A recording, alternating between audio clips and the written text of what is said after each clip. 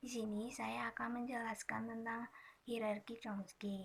Bahasa adalah kumpulan kalimat, sedangkan kalimat yaitu rangkaian kata. Lalu kata adalah komponen terkecil kalimat yang tidak bisa dipisahkan lagi. Jadi, untuk membuat sebuah kalimat, kita harus memenuhi syarat yaitu SPOK atau subjek, predikat, objek, dan keterangan. Di sini uh, ada contoh yaitu si kucing kecil menendang bola besar. Si kucing kecil ini termasuk subjek, sedangkan menendang yaitu kata kerja, lalu bola besar itu sebagai objek. Lalu dalam bahasa Inggris yaitu the little cat kicks a big ball. Lalu dalam bahasa Pascal yaitu for I sama dengan start to finish to, AI sama dengan BI kali sin I kali pi per 16,0.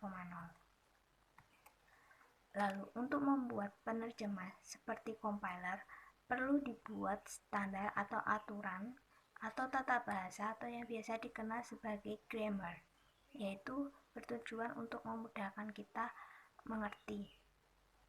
Grammar ini yaitu kumpulan dari himpunan-himpunan variabel, simbol-simbol terminal, dan simbol awal yang dibatasi oleh aturan produksi. Untuk menerapkan aturan produksi, suatu tata bahasa itu dapat menghasilkan sebuah kalimat atau biasa dikenal dengan string. Himpunan string ini adalah bahasa yang didefinisikan oleh tata bahasa tersebut. Di sini kita memiliki 4 jenis bahasa hierarki Chomsky. Yang pertama yaitu reguler atau tipe 3 yang bekerja di mesin automata yaitu FSA yang meliputi NFA dan DFA. Aturan produksinya yaitu alfa sebagai ruas kiri hanya memiliki sebuah simbol variabel atau variabel ini dimaksudkan sebagai simbol non-terminal atau huruf besar. Lalu beta itu sebagai ruas kanan yang maksimal memiliki sebuah simbol variabel yang bila ada terletak di posisi paling kanan atau paling belakang sendiri. Jadi dalam tipe 3 ini, dalam ruas kiri itu hanya memiliki satu variabel atau huruf besar, dan sebelah kanan itu dia boleh tidak memiliki variabel atau boleh hanya satu variabel atau huruf besar di paling kanan atau belakang sendiri. Lalu di tipe 3 atau bebas konteks itu bekerja di push down automata atau PDA yang memiliki aturan produksinya yaitu ruas sebelah kiri harus memiliki satu variabel saja. Lalu di tipe 1 atau konteks sensitif, mesin automata bekerja di linear bounded automata yang memiliki aturan produksinya yaitu ruas sebelah kiri lebih kecil sama dengan ruas kanan. Maksudnya itu jumlah simbol non-terminal atau non-terminal sebelah kiri itu harus lebih kecil dari jumlah non-terminal atau terminal dari ruas kanan. Lalu natural language tipe 0 itu bekerja di mesin Turing. Aturan produksinya itu tidak ada batasan, namun di ruas sebelah kiri itu boleh memiliki hanya satu variabel saja. Di sini ada gambar jenis-jenis hierarki Chomsky, yaitu tipe 0 grammar itu dikenal sebagai tata bahasa yang tidak terbatas seperti tadi yang sudah saya jelaskan. Contohnya BA besar A menjadi AA. Lalu ada tipe 1. Tipe 1 ini dikenal sebagai konteks sensitif grammar yang digunakan untuk mewakili bahasa peka konteks. Lalu ada grammar tipe 2 dikenal sebagai grammar konteks gratis yang bahasanya dapat diwakili oleh tata bahasa bebas konteks atau CFG. Lalu ada tipe 3 Ini dikenal sebagai tata bahasa reguler, yaitu bahasa yang dapat dideskripsikan menggunakan ekspresi reguler.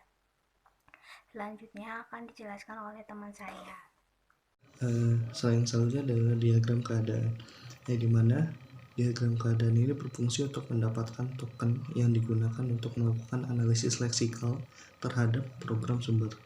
Kemudian token itu sendiri adalah sebuah terminal pada teori bahasa. Kemudian kita ada contoh juga di sini, buatlah diagram keadaan untuk token T_ID untuk karakter huruf A sampai dengan Z dan juga 0 sampai dengan 9. T_INT atau in untuk digit. Kalau ada T_plus itu untuk penjumlahan. T_minus untuk pengurangan. Kita lanjut ke diagramnya. Di sini untuk ada diagramnya itu plus itu tadi untuk penjumlahan, minus untuk pengurangan, S di sini itu blank.